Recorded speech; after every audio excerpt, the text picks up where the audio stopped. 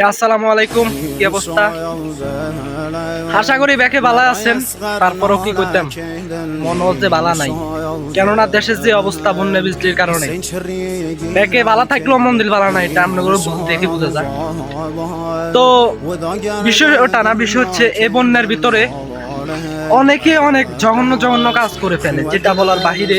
মানে এত জঘন্য কাজ করে ফেলে যেটা আমি বলতে পারতেছি না। তো এই বিষয়টা হচ্ছে, আপনাদের আল্লাহর দোহাই আপনারা এরকম করিয়েন না। মানুষে অনেকে আছে যে মাছ চাষ করেন, লক্ষ লক্ষ কোটি কোটি টাকা ইনভেস্ট করে এটার পিছনে মাছ চাষ করেন। তো মাছ চাষে হচ্ছে অনেকে হয়তো বা নেট লাগান, হাজার হাজার টাকা দিয়ে নেট লাগান। তো নেট লাগাইবার পরেও অনেকের মাছ চাষ চলে যায়। তো অনেকে এটা আবার হিংসামি করে আরেকজনের মাছ ছাড়ে দিয়ে তার কথা হচ্ছে, আর মাছ যেহেতু চলে গেছে আমিও মাছ ছাড়ি, আর যেহেতু শান্তি মতো খাইতে পারি না, আমরা শান্তি মতো খাই।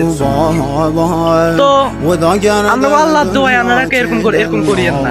হয়তো বা ওই লোকটা রাখে আল্লাহ মারে কে, অবশ্যই রাখে আল্লাহ মারে কে, আপনারা যদিও ছাড়ে দেন, এমনও আছে যদিও বেড়ার কিসমতে থাকে ওই বেড়া খাইতে, তারপরও আমরা আল্লাহ দোয়া আনার এই বৃষ্টির ভিতরে মানুষ তো অজিম হচ্ছে, আমরা তারপরও মানুষের এত মারি। তো আজ জান্নার কাছে এই ছোট ভাইয়ের একটা রিকোয়েস্ট রইল, আপনারা এত বড় জঘন্য কাজ করিয়েন না, মানুষের আশা ভরসা ভাঙিয়ে লেন না। হয়তো বা অন্যগো ইয়ে যাইতে পারে, কিন্তু ওই লোকটার বহুত বড় আশা যে ফ্যামিলি নিয়ে শান্তিতে বসবাস করবো, শান্তিতে কিছু টাকা লাভ করে শান্তিতে কিছু খাওয়া দাওয়া করবো। কিন্তু আপনাদের এই জঘন্য কাজটার কারণে যদি ওই লোকটার আশেপাশে ভেঙে যায়, তাহলে খারাপ একটা, আল্লাহর কাছে আপনার এটা দায়দের লাগবে এবং এই দুনিয়া তোদের লাগবে। তো সবশেষে বলতে চাই, এই ছোট বাইরে সত্য রিকোয়েস্টটা রাখেন।